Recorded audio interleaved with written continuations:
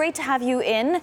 You were just giving the keynote speech at the WWD Apparel CEO Summit, and your keynote this time was on how to please other stakeholders, not just shareholders, and how to better create value. What are your answers to that? Well, I think it's been a topic that's been front and center with the Business Roundtable coming out with their revised statement on corporate purpose. And I think it's really a stakeholder-based model that really focuses not just on the shareholders, but also focuses on your employees, your suppliers, your customers, and then the communities where you operate. It's really trying to bring a fulsome look at the impact you have on all these stakeholders and trying to take a long-term look rather than being caught up in quarterly profits and quarterly statements all the time, to try and bring a long-term look to that stakeholder focus. Speaking of a long-term look, we have to talk a little bit about China. The latest today was Steve Madden saying it's going to move some production out of China and raise prices. How has the China tariff war impacted PVH beyond the two measurable stock drops that we saw each time the tariff war took a turn for the worse last Q4 and also in May of this year? Sure. I think it's front and center. It's right in front of us. If you go back maybe 3 to 4 years ago, probably 35% of our production for the United States was coming out of China. For next year, we're looking at something that's closer to 10% of our production. So we've clearly moved production. I think there's a challenge that you have to face, and with the lack of inflation that's really gone on in the apparel sector, the ability just to raise prices it does leave one a little queasy about the ability to just pass this along to the consumer. So we're trying to balance moving, sourcing, and focusing on it from a cost point of view, and looking at taking key price increases where it makes sense. Manny, good morning. Guy in London. You talked about one of your stakeholders there, and that is your customers. Do your customers care where your products are made? No, I don't think fundamentally our consumers care. We're a global company. We run global brands significantly. So I think from our perspective and from the consumer's perspective, they're really looking at the quality of the product. They're looking at the price-value equation. They're not looking really from a sourcing point of view where it's coming from. What they are concerned about is wherever it's coming from, that it's made in factories that have safe working conditions for the workers there. They're concerned about that we're paying a livable wage to all the people within that supply chain, and they're concerned with the sustainability of that supply chain from an environmental impact as well. Those are the key issues we focus on. It's not really a concern about country of origin. Let's talk a little bit about Chinese consumers. Do Chinese consumers have an issue with American brands right now? I'm wondering if you're getting any pushback from that stakeholder in China as a result of what is happening with the trade war. That's a great question. You know, everyone is focused on tariffs and the trade issues, and those are important issues. But I think where we're potentially doing damage, consumers in that part of the world love Western brands and they love American brands.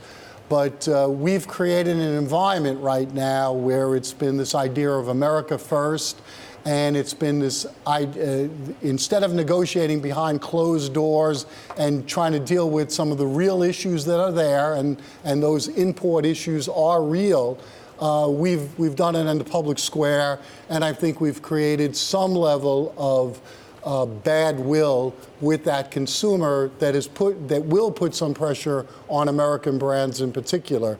I don't think it's a long-term issue today and can resolve itself, but it's something that you really do have to be concerned about going forward. One US brand that's beloved in China is Tiffany, and we of course saw the offer made yesterday by LVMH. Curious as to your company and where you might be looking at acquisitions. Cowan, just one of those shops, saying that, you know, with free cash flow where it is, you could be looking at another major acquisition. Look, we historically, I've been CEO for 14 years, and we've done 3 major acquisitions of real size. Calvin Klein, Tommy Hilfiger, and then the Warnaco Group that owned Calvin Klein jeans and underwear license, a big public company. Those were 3 significant acquisitions Clearly, our balance sheet is in a position right now that we've paid down all the debt associated with those recent acquisitions, and we are looking to make another acquisition, and we're looking in the area of a strong brand or portfolio of brands that we can layer onto our operating platform. Are you actually looking into company financials right now? Can you give us any more of a clue as to where you're looking? No, yeah, sure. I know that's not going to happen. But clearly, I think if you think about, and we've been very clear about what would be important to us, is we very much are looking for a company that has a strong brand portfolio. And has a great workforce that would come together with ours. And we recognize that that kind of an acquisition comes with a certain cost associated with it. But given valuations, particularly in our sector, apparel and the retail sector, which have been under pressure for the last 12 months, I think for a strategic buyer right now, this is a great time to be looking at acquisitions and potentially making an acquisition. Inventory does continue to sort of creep up, though, at PVH, and I'm curious as to how you plan to bring that down, particularly as, you know, we're not really seeing gross margins widen all that much either. Well, it's a real balancing act right now, because you brought up at the beginning the China trade war, and going through the second quarter and coming into the third quarter, we were accelerating a bunch of purchases for the fall season, and previous to that for the spring season, to get product in before the tariffs went into effect. So we were accelerating the purchase of 30 to 45 days worth of inventory, given the low interest rate environment, no risk associated with bringing those goods in. That trade-off of a potential 25% tariff, it was to our advantage to bring that in. By the end of the fourth quarter, we would expect inventories year over the year to be flat to down slightly. So the spike that you're seeing, which is about in a given quarter has been between 4% and 7%, I think is really just is more of a testament to the fact that we're bringing in goods a little early to try to avoid the tariff situation. Manny, final quick question. Which retail format survives best the onslaught from online? How does the mall do? How does the department store develop from here? What is going to survive and what is going to thrive? Well, look, I think there's, I think, first of all, I think from our perspective, we're an omni-channel retailer, wholesaler of product. We sell through the department store channel, and we have about 40% of our sales are direct to consumer online and through our own stores. So we try to balance it to watch what's going on. I think each of the channels you described, particularly here in the United States, I think a strong case would be made that we are overstored here in the United States on balance. And I think you're going to continue to see a pruning of C and D type locations in retail, at department store level, at the specialty store level.